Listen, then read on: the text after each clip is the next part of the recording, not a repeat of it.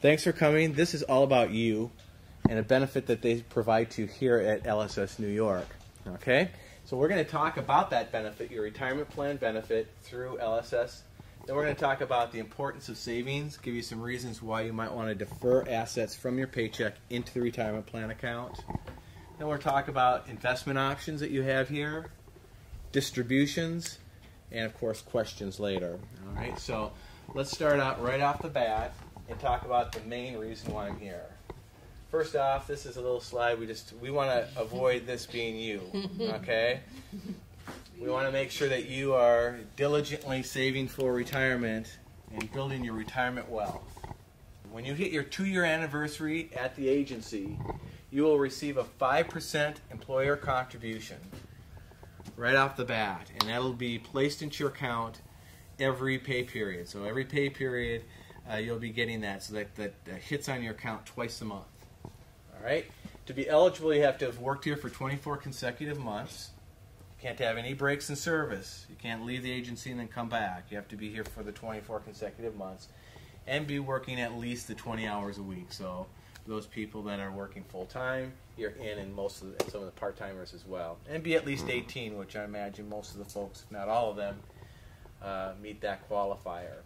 That 5% contribution will go into your account if you meet those eligibility requirements, regardless of anything else you do in your retirement plan. You just do your job here at the agency, and the 5% will go into your account. All right, and it's immediately vested. What that means is, if you start receiving the employer, what's called the employer required contribution, then if you left the agency some years later, then you can take that employer contribution with you. You own that money, and you can take it with you, either payable to yourself or roll that over to another plan that you might have. That's your money to take with you. All right? That's the plan that they've had for a number of years. They're making some changes as of the beginning of next year. So the beginning of next month, changes are coming, and they're good changes. When people hear changes are coming, they kind of get a little defensive. These are very good changes for you, because they're going to keep this in place. The 5% will stay in place, but they're going to augment the program and make it even more robust by adding a match. And this is really good for those of you who are already receiving the employer contribution and are deferring assets into the plan, as well as those newer employees, because you're both eligible to receive this match. So to receive the match, you don't have to, your first day of employment here, you can start this process for the match. You still have to work the 20 hours per week and be at least 18 years old.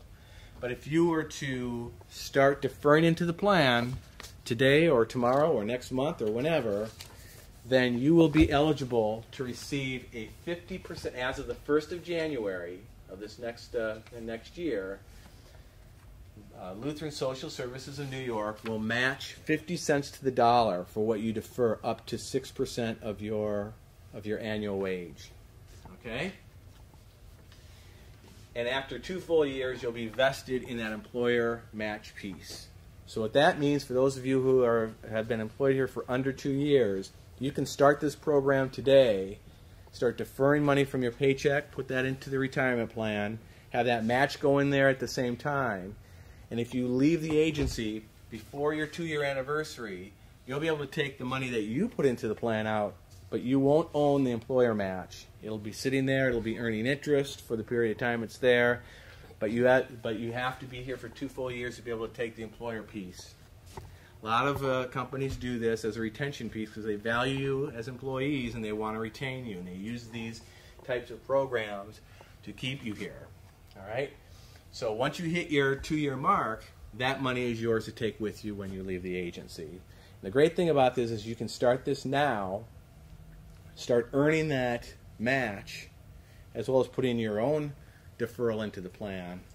And after 2 years, all that match money that you've been accumulating for the next 2 years or whatever, if you started working today for that 2-year period, you'll be able to take that when you leave the agency. So you're getting a running start at your retirement plan. Okay?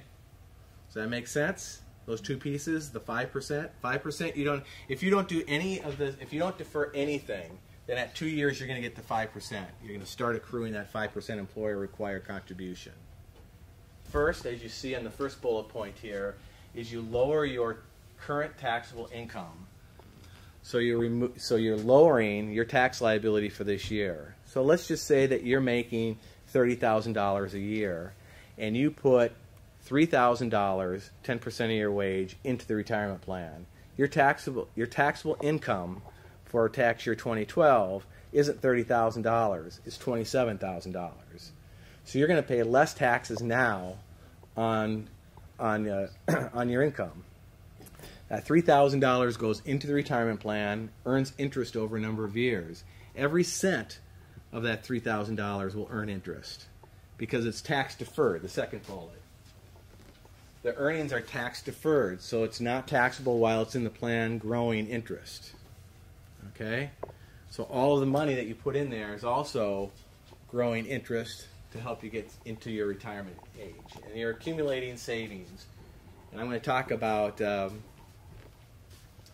compound interest right about now. So why would you want to defer assets? You're going to get a benefit up front by removing your taxable liability today. While the assets are sitting in the account earning interest, they're not taxable.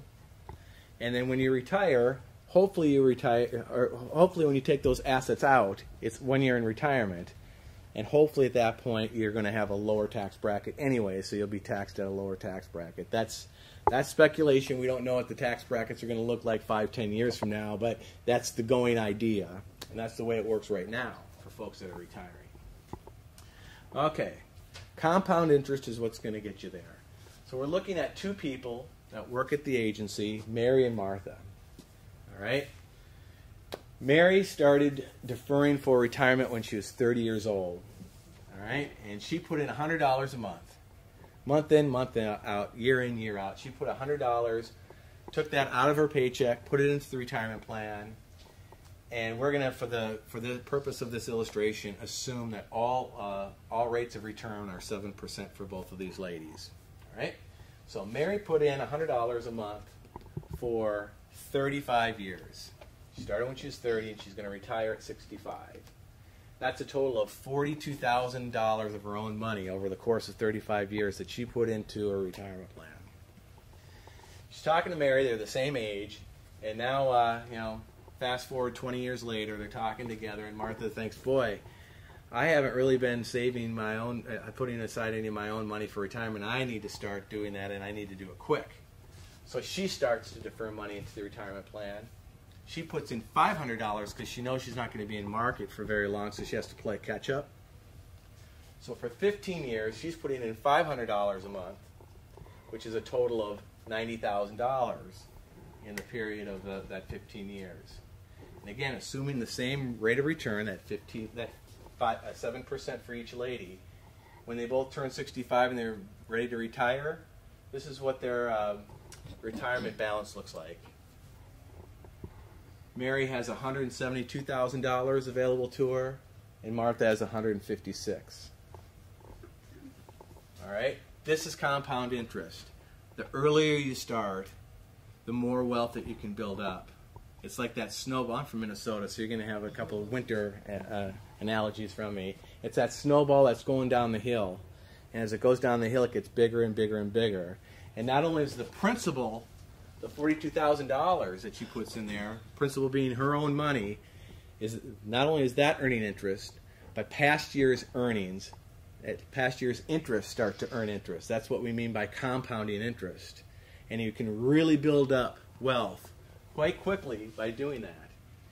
So look, Mary only puts $42,000 of her own money in, and she has more money than Martha. All right, so she did less of the heavy lifting and let compound interest do the rest for her because her money was in market for a longer period of time. But I'm not going to disparage Martha at all. That's the second thing I'd like to make sure that you're aware of. Even if you're starting a little bit late, Martha started with nothing of her own retirement assets. She only relied on Social Security and the employer contribution.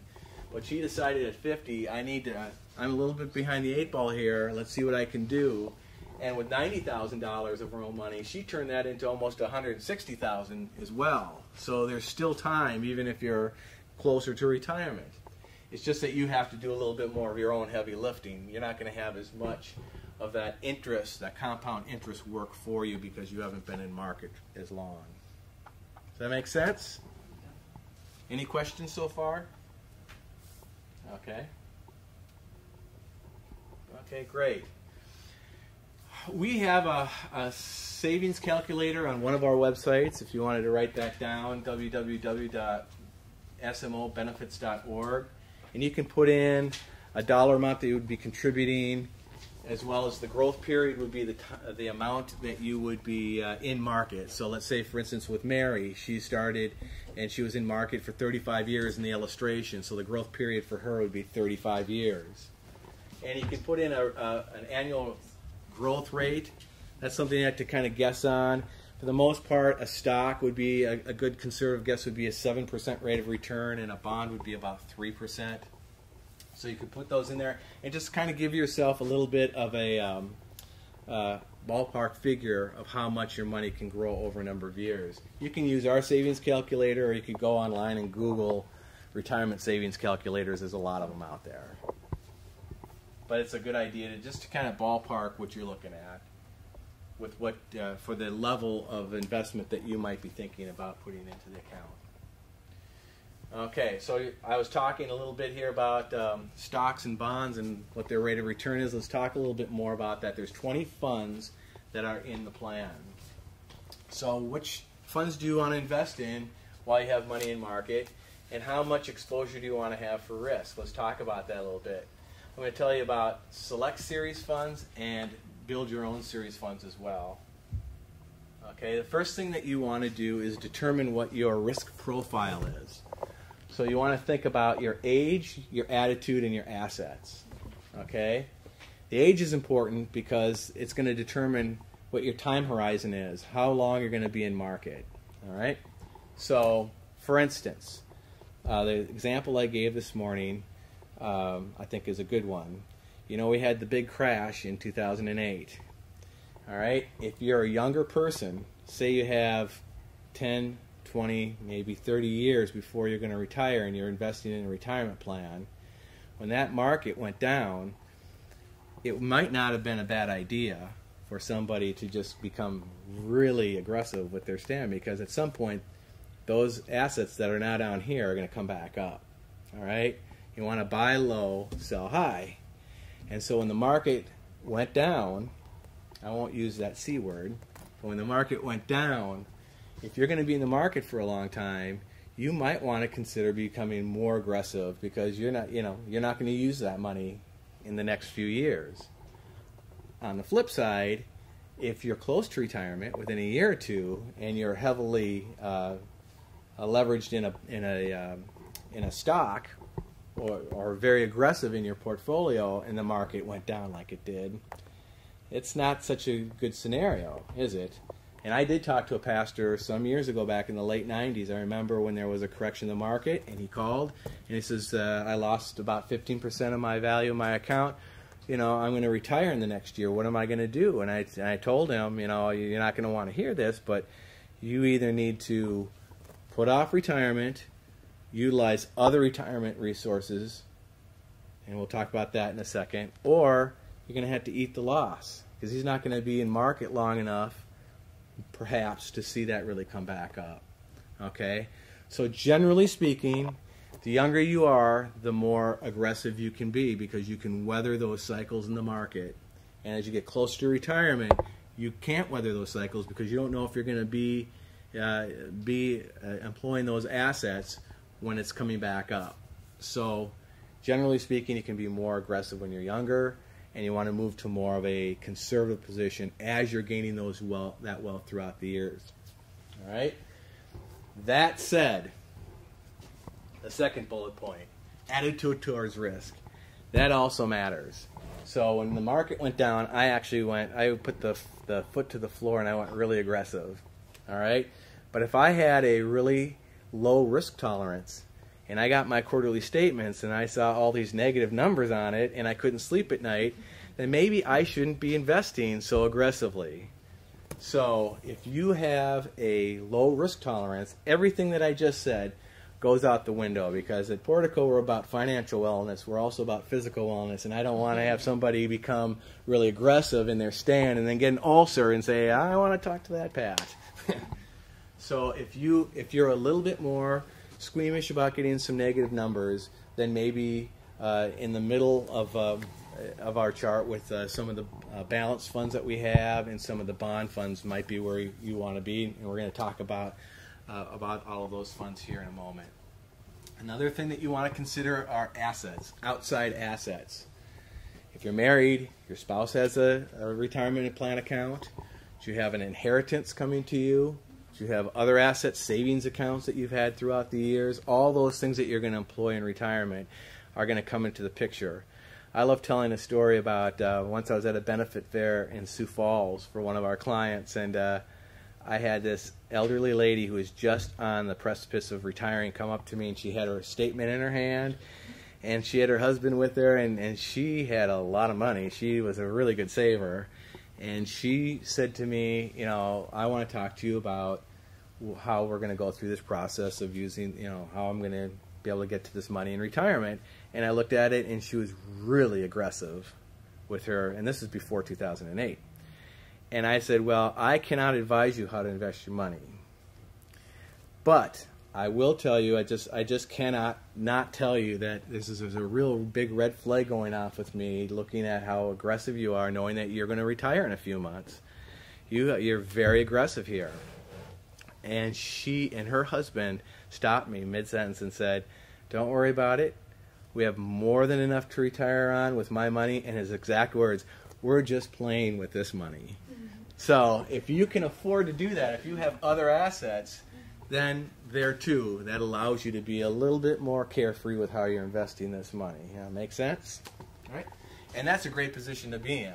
And so hopefully everybody here takes advantage of the match, gets up to that 6%, so they get the 3%, get the 5% at the 2-year, and then after 20, 30 years here, you're in that same position where you have enough assets where even if you're a little bit more aggressive, you have enough to at least take care of your core expenses in retirement. Okay, 2 other things to think about. Media, everybody always talks about the market risk. We all know about stocks, how they go up and go down. People are a little bit squeamish at times about when they start to see that stock market go down. But nobody talks about inflation rate risks. So that's the other side of the coin. So, if you saw that market go down in 2008 and said, that's it, I saw some negative numbers on my account and I've had it, I'm going to take my money and I'm going to put it in the money market fund because that's the most conservative fund that you have. Well, the money market fund usually comes out at about a 1% rate of return. Inflation's going at 3%. So that's like your car going up the icy hill, another wintry analogy. Your icy car going up the hill and the wheels are spinning and it starts to go backwards. You're not even beating inflation. And the whole idea is to get that interest working for you, that compound interest. So you don't want to be too conservative either. You don't want to put all your money, you never want to put all your money into the money market fund. That's really a fund that you would use primarily to just kind of hold your money if you're moving it to another account and you just want to kind of take it out of market for a while. You could put it into the money market a while, meaning like a month at the very latest. That's the only time you'd really use that fund. So here we have the 60E balance fund in this pie chart. And this is the default fund. So if you set up an account and money starts to flow in, the first place it's going to go is to this account. And this is so most people when they set up accounts, they don't go in and they don't change it. So a majority of the assets that we have under management stay in the 60E balance fund. And what this means is 60E stands for, the E stands for equity, which is a fancy term for stocks. Okay? So this is 60% stocks and 40% bond and money market. So another way of looking at this is blended between 2 concepts, 60% aggressive and 40% conservative. All right? So if you look at your sheet, you also have the 80E balance, so that's going to be more aggressive. It's 80% aggressive and 20% conservative. And for those of you who are a little bit more risk averse, we have the 40E balance fund that is 40% aggressive and 60% conservative. All right?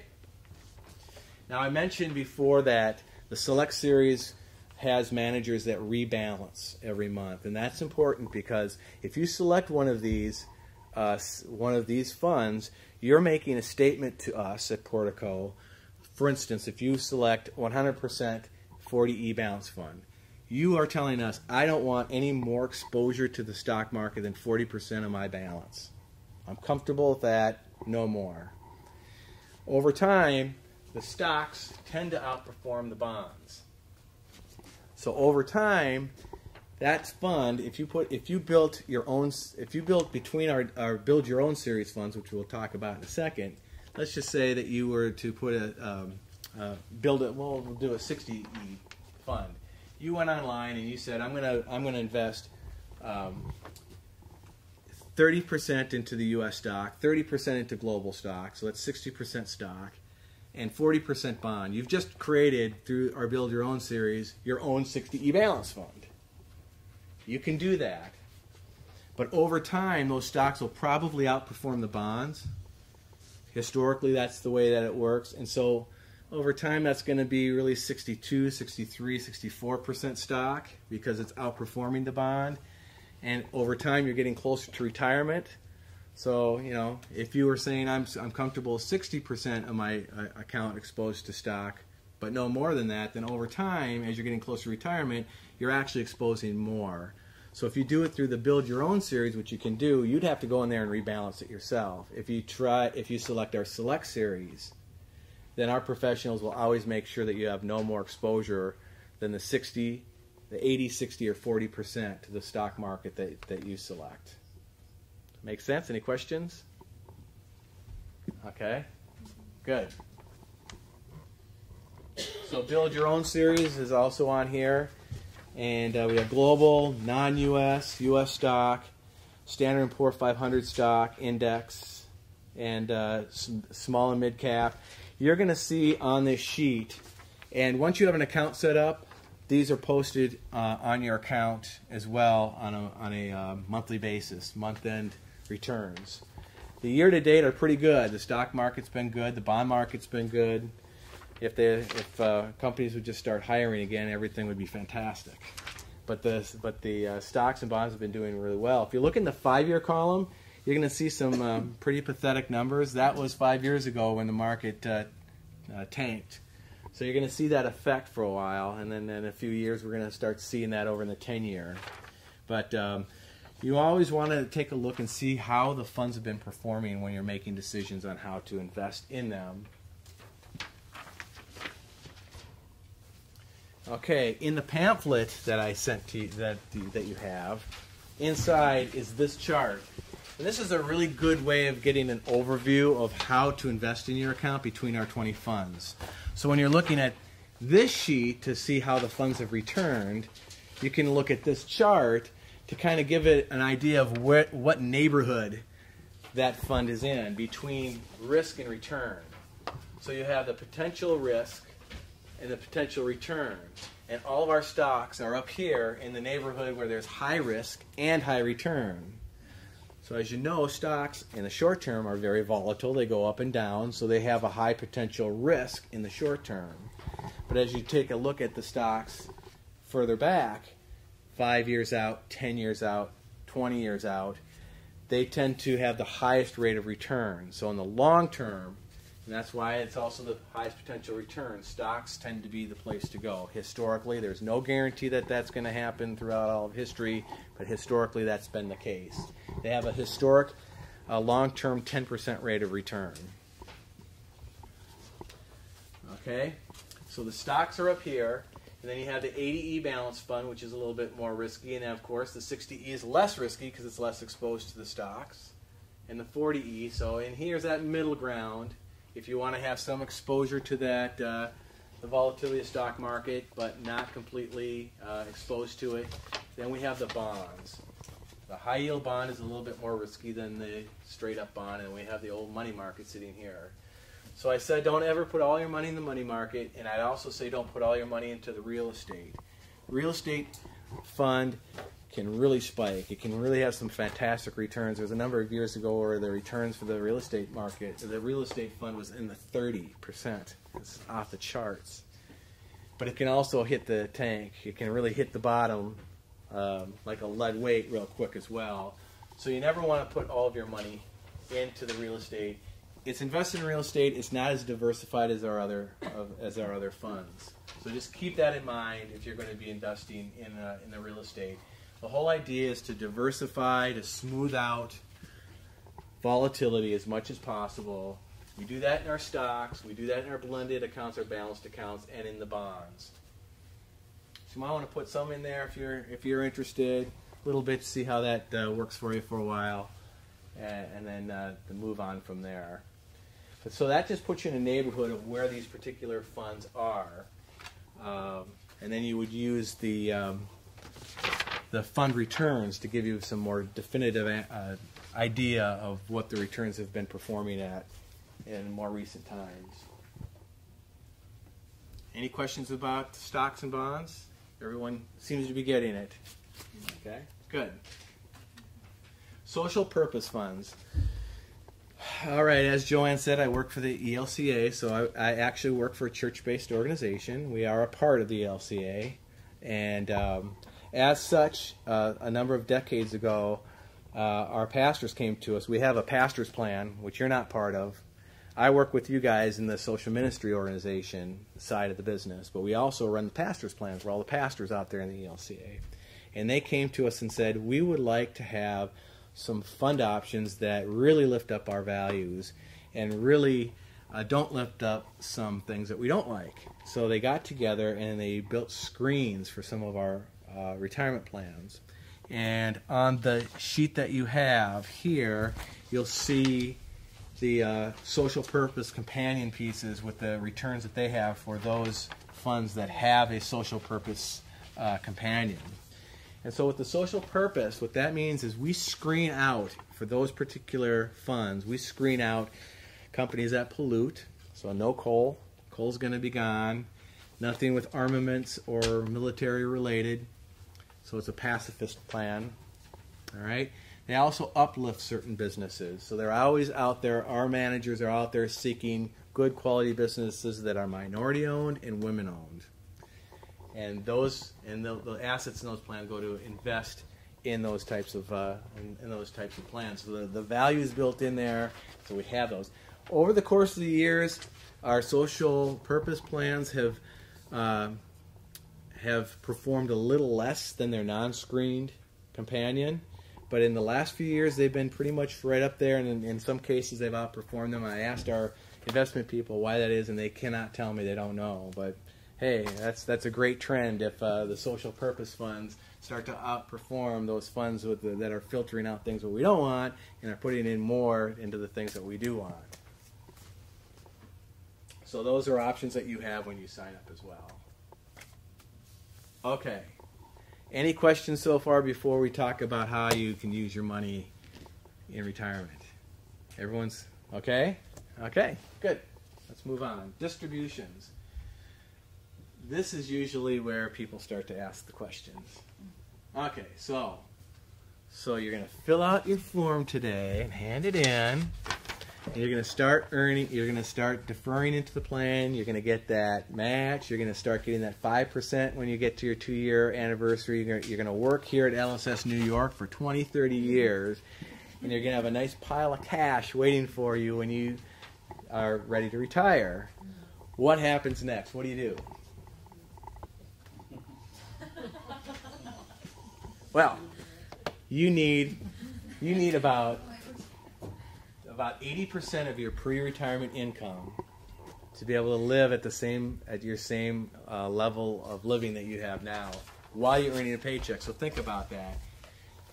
For 20, maybe 25 years of retirement without a check, you're going to need 80% of that check to fund your retirement.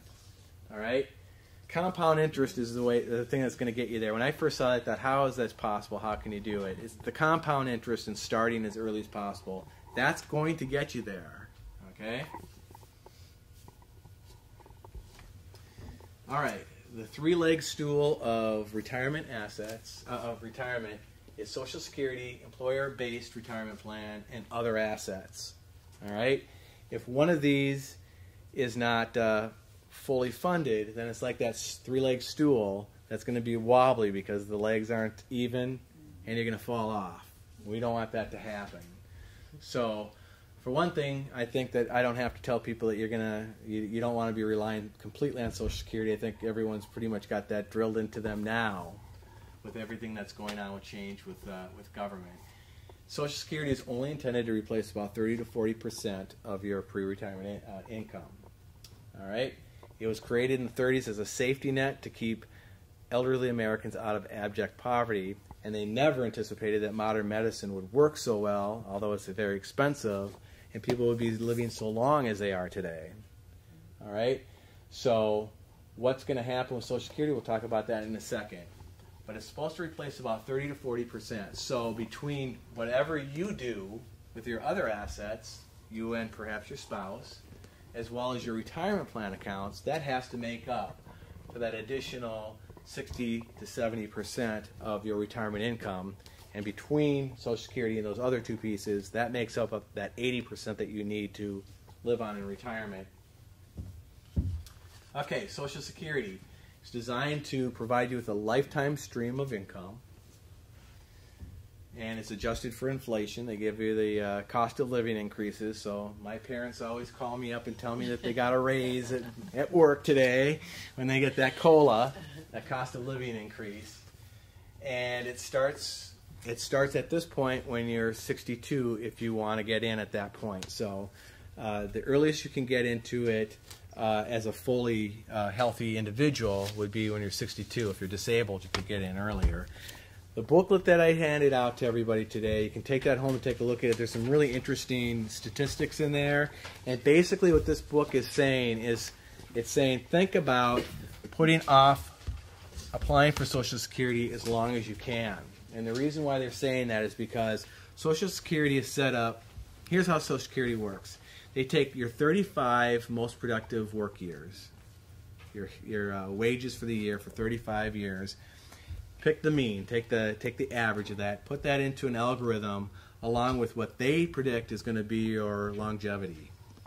So now they've got a date that they think that you will no longer be drawing Social Security benefits. That's a nice way of saying that you're no longer alive. And they're going to take that amount of money, and then when you apply for Social Security, they're going to know that they have so many months that they need to take that cash that they've got designated for you and dole that out. That's how they determine how much money you get in Social Security. So if you apply at 62 when you can first apply, then they have to cover more months for you. So you'll get less than if you apply later on. And that's what this book is all about. It's saying if you have other assets to rely upon, you might want to consider doing that and allowing and applying for your Social Security benefits later when you will get more of a monthly benefit because it's squeezing it into a shorter time frame, those assets. Now if you live longer than their estimated amount, you're still going to get that same monthly amount that you have always received beforehand. And it's the folks that have passed away before their estimated amount, those assets will go to pay for those folks that are older. All right, so that's how that works. So it starts at 62 currently, and this chart just shows you the kind of sliding scale for those folks that are that were born before 1960. They'll be able to get into Social Security for full retirement sooner than those of us that were born after 60. Currently, to receive full retirement benefits, you have to be 67 years old. So you can get in at 62, but you can wait until you're 67 to get the full benefit. All right? All right. Chances are likely, and this is just my opinion, chances are likely that this won't stay the same. I don't think that I'll be able to get full Social Security until I'm at least 70 years old. I think they're just going to make changes to it, and personally I don't have a problem with it because we're all healthier in older age now than we were before as a nation. We have 90-year-old presidents jumping out of airplanes in paragraphs or in parachutes now. We're just more vibrant longer, and so I think that this may change at some point. All the more reason to be saving on your own for retirement. Even if this stays the same, if you start saving for retirement and your benefit isn't pushed back or reduced a little bit, it won't be reduced all the way. Some people ask, will Social Security go away? Well, they've got enough in the trust fund to handle about 75% of the obligations through the year 2040, and there'll be some more changes coming to beef that up, I'm sure. So it's not going to completely go away, but it's better to save now and maybe have too much assets in retirement. Wouldn't that be a good thing? Okay. And they give you that opportunity right here with this match component to start that out. Okay. You might want to consider going to sss.gov if you've not gone there before. That's the Social Security website, and no problem. And that is a website where you can go to set up a Social Security account. It answers a lot of questions. It's by far the most user-friendly, government-based website I've ever been in my entire life. And your eye is drawn to this orange button. If you click on that orange button, it'll ask you to set up an account. And the hardest part of the whole process to set up an account is to find a username, because there's so many people in the system, it's hard to find one. But once you do, I'd write that down and keep that in a safe place. And the first thing that happens when you set up an account on the Social Security website and they know that it's actually you that they're talking to, is you'll be greeted with your Social Security statement. Remember when you got that in the mail? Haven't seen that for a while, have you? They, as a cost-cutting measure, about 4 or 5 years ago, they ditched sending that out in the mail. I'm sure the U.S. Postal Service was happy about that, huh? And they now have that housed online at this site. And so that's a good place to go. Set up your account, and it's going to give you what they estimate your benefit will be if you enroll in 62, as well as the full benefit at 67. So it's an estimate, it's a ballpark figure, and I would always tell people, use that as your base for your retirement planning. Make sure that you're using that as your base to determine what your core expenses will be in retirement, and if you can cover that starting with Social Security, because you can't change that. You can't retire and then all of a sudden have a bucket load of cash coming in, because your employer's going to declare what you've been earning over the years. So you can't change that. So use that as a base. And if you determine, well, when I'm in retirement and I need so much money to live on and expenses and so forth and so on, that's when you go to your other sources to start augmenting them. Your retirement plan here, any traditional or Roth 401 IRAs that you have set up, all those other sources, retirement or just general savings, those types of things, you would use those to augment Social Security. Okay, this is a tax benefit that you're getting from the government for the purpose of building retirement wealth and nothing else. So they're giving you a benefit of reducing your taxes now, reducing or not having taxation come into the process while you're gaining that wealth, and those assets that are deferred are in market earning interest for you. But you're not going to get away from taxes. You have to pay your taxes. So on these pre-tax plans, once you take the money out, payable to yourself, you will have to pay taxes. It's 20% of the withdrawn amount. We would be obligated to withhold and send to the IRS for taxation. Okay? But if you're working here and you're putting money into the plan, you can't take that money out unless you terminate employment or turn 59 and a half. Or if you're deferring into the plan, you could take a hardship. So let's talk about all three real quick. So if you're working here at the agency and you've got some money in the account and you turn 59 and a half and you're going to still work for the next 2 or 3 years, but you want to take a little bit out of the retirement plan to take care of some issue that you have, some minor issue that you have, you can take a withdrawal from the plan even though you're still working here, because the government determined in some committee somewhere, I guess, that when you're 59 and a half, you're close enough to being retired where you could start utilizing these assets. And you'll still pay the 20% tax up front, but that's all you have to pay. There's no penalty. if you take the money out beforehand, so you've got some assets here at LSS New York, you're 40 years old and you've taken a job somewhere else. You've left the agency and you got 20 grand sitting in an account here, and you say, I'm just going to take that out. I'm just going to take that out today and just have it taxed. Then the 20% tax will still apply, but the government will say, we were allowing you to have this tax, this favorable tax treatment for the purpose of building retirement wealth, and you are too young to be employing those assets. So we are going to hit you with a 10% early withdrawal penalty. Don't do that.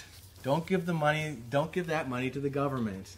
Whatever you do, don't do that unless you absolutely have to. And if you're in a position where you have a severe and immediate financial need, and you're deferring into the plan, you could actually take a hardship distribution. It's a last case kind of a place to go, and hopefully nobody in this room will ever have to take one. But you could take one if you qualify for one, for the purpose of you're about to be foreclosed upon, you're about to be evicted, your primary residence was damaged by an act of God. That never happens here in New York, right? Sandy just happened. Anybody here at the agency that has deferral money in the plan can access it for Sandy. When people take a hardship withdrawal, the government says they cannot defer into the plan for the next 6 months. And that makes sense, because if you truly are in a severe bind and a real rough patch right now and you have to get to that money, there's really no sense in you saving money for the future if you really need it now, right? With Sandy, they relax those rules. You can still defer into the plan, and you can get to that money without the taxes. Now, you still have to pay them at the end of the year. Of course, that doesn't matter because the end of the year is coming up, but they've relaxed the rules for Sandy. All right. Any questions about withdrawals? No? Okay. As I mentioned, the IRS requires 20% tax at the time that you take it out, payable to yourself. You can't get away from that. I remember when I started working for Portico, I had a guy call me and he brazenly said he's moving his money out. He was going to roll it out to an IRA. And he told me the reason why I'm moving that money to the IRA is because I refuse to pay that 20% tax that you have, and I'm going to move it in the IRA and then I'm going to take it out. And I said, well, it's a federal regulation. They're going to withhold 20% too. I mean, that's across the board. You can't get away from that. You have to pay your taxes at some point. So when you get the money out in a check made out to you, so that you can actually spend the money, you have to pay the 20% tax at that point. And depending on what your tax bracket is, if you're in the 25% tax bracket, at year end you'll pay the additional 5%. Or if hopefully you're taking it out in retirement and you're in a lower tax bracket, maybe an 18% tax bracket, you'll actually get a 2% refund off of this distribution. When that happens, a 1099-R form goes out to you declaring that distribution, and a copy also goes to the IRS so that you can't fail to report that on your tax statement. Okay? Some states require tax withholding, but I found out this afternoon neither New York or New Jersey require taxes to be withheld at the moment of distribution. You just pay that later when you're filing your taxes. Okay? Okay, rollovers. Right now, if you have an account set up with us, and you have accounts elsewhere, if you have a traditional IRA somewhere, or if you have a 401k or another 403b and another from a former employer, you could roll those assets into your plan with LSS New York. You have to have an account set up first. You can't do this without an account. We have to have a place to house those assets. So you'd want to at least set up an account before you would take advantage of that. And a rollover allows you to move from one custodian to another without it being a taxable event. Okay? So oftentimes when people leave their employer and they go to a new employer, it's never a bad idea for them to consider rolling those assets into the new plan so you have them all nice and consolidated. One caveat to that, though. When you roll assets into the plan at Portico, you'll have a line item statement on your quarterly statement that declares what the balance of those assets are. And you can take those out at any time. So let's say if you hit a rough patch, and I've had it where our call center has called and said so-and-so is looking to take a hardship withdrawal. My first question is, do they have rollover assets? Easier to get to. Less, you don't have to prove anything. You can get to those at any time. If you're under 59.5, you're still going to pay that 10% penalty. So keep that in mind. But you can still get to them if you need them. If you roll these assets out of this plan into another employer's plan, you want to find out how they treat rollovers first, because a lot of plans will freeze those assets and you can't touch them until you leave the employment as well.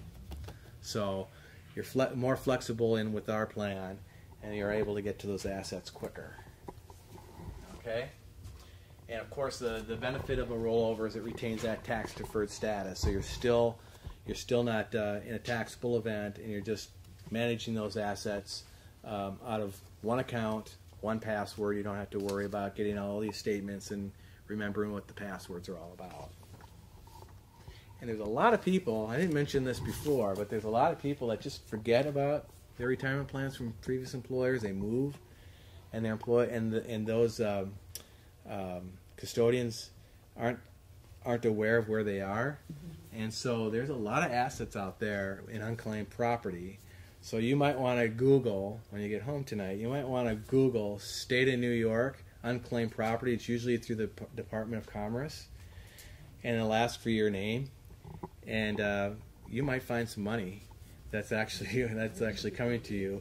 There's a company that our record keeper Xerox runs now. I think it's called missingmoney.com, but don't quote me on that. I saw that on a local report in Minneapolis, and because it's who we partner with, I was interested in it, so I went in and looked at my own. I lived in Iowa for a while, so I looked in Iowa, I looked in Minnesota. There was nothing for me, but I actually found one of my best friends. He had a claim in an auto situation, and he had over $600 that was sitting there in the state of Minnesota. The money was escheated to the state to be the custodian of those assets until somebody came forward. And he was able to make a claim. So it does happen. I know somebody who actually was able to get some of that money. So this is another reason why you want to kind of keep your retirement assets consolidated. Then you don't have little pieces of money here and there that belong to you that you've lost track of. So are you saying that I can roll over my 401k to 403b? Yes. If you have a 401k from a previous employer, you may roll those assets into this plan. Now? Yep. As long as the assets are pre-tax. Some 401ks have post-tax options as well. So you'd want to check with your custodian of those assets. You can check for me because I'm not. Okay, so the critical steps is hopefully after today, you'll consider filling out the enrollment form, the easy enrollment form that you received, turning that in. Again, you would turn that in to either Vera or to Lindsay, and they'll take care of it from there. You're not obligated to fill this out, but if you'd like to start getting that match, you might want to consider doing that as soon as possible. The match will start as of 1/1/13.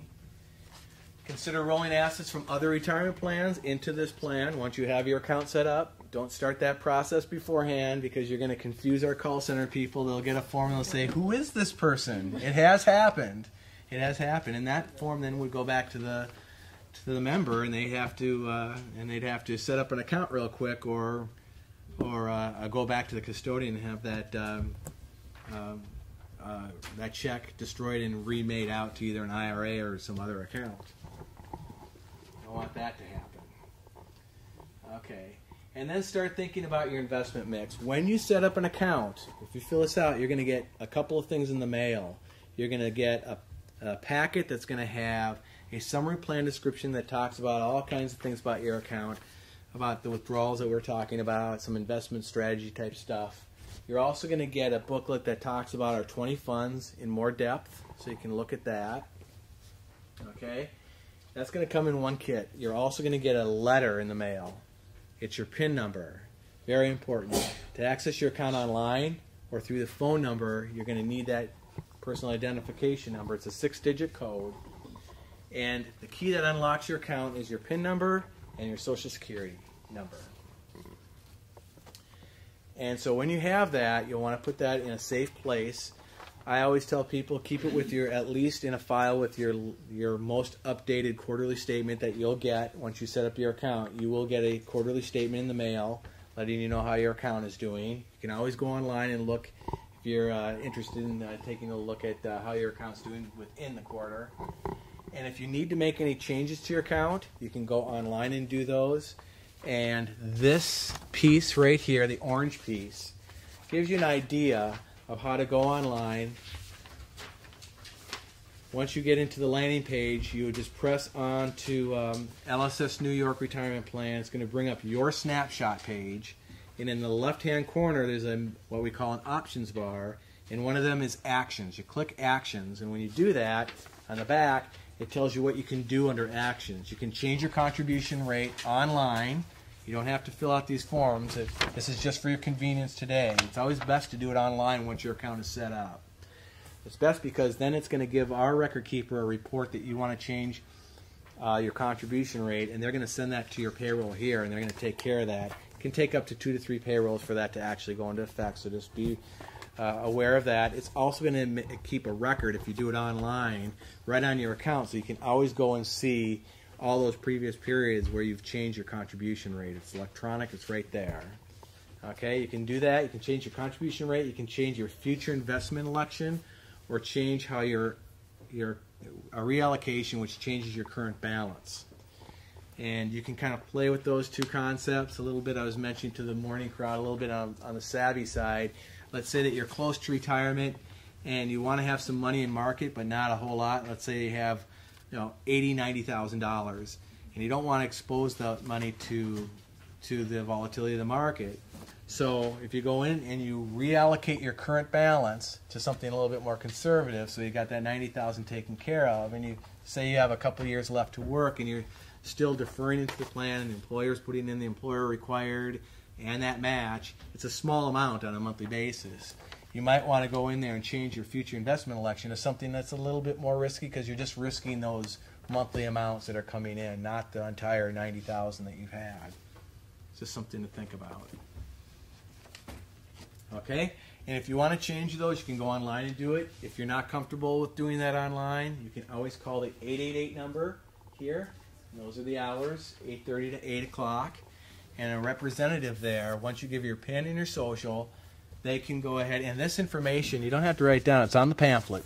It's on the back of the pamphlet, all that information. And they can go ahead and help you change your contribution rate, change your investment election, change your reallocation if you want to do that.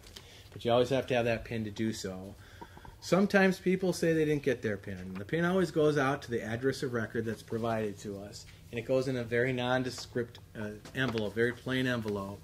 So what I always say is if you sign up for the account and you get your packet, if you get your packet and you don't get your PIN, you can always go to the website, which is here, and it's also on that pamphlet, on the back of this pamphlet, benefitsweb.com, and on the landing page that you have, it's also on here, there's a login box, and it's going to ask for your social and your PIN. And if you don't remember what your PIN is, you can always go in. There's a little link here that says forgot your PIN. You click the link. It's going to bring you to a secured site. Your Social Security number is your account number. So you put in your Social Security number. It's a secured site. And then you hit the button that says Mail PIN Reminder Letter. And another letter is going to go out to your address of record. And I would just say, I always tell people when I talk to them that are doing this, make sure that you open all your junk mail until you get that PIN letter, and make sure that your spouse and your kids know that as well, so they're not just ripping it up thinking that it's junk mail. So once you get that, you want to keep that in a secure place. Never put your Social Security number on your PIN, because if it gets intercepted by someone, they still can't access your account without that knowing that social. All right. All right. Well, thank you very much. Some great questions. I hope you all consider filling out your sheets and handing them in.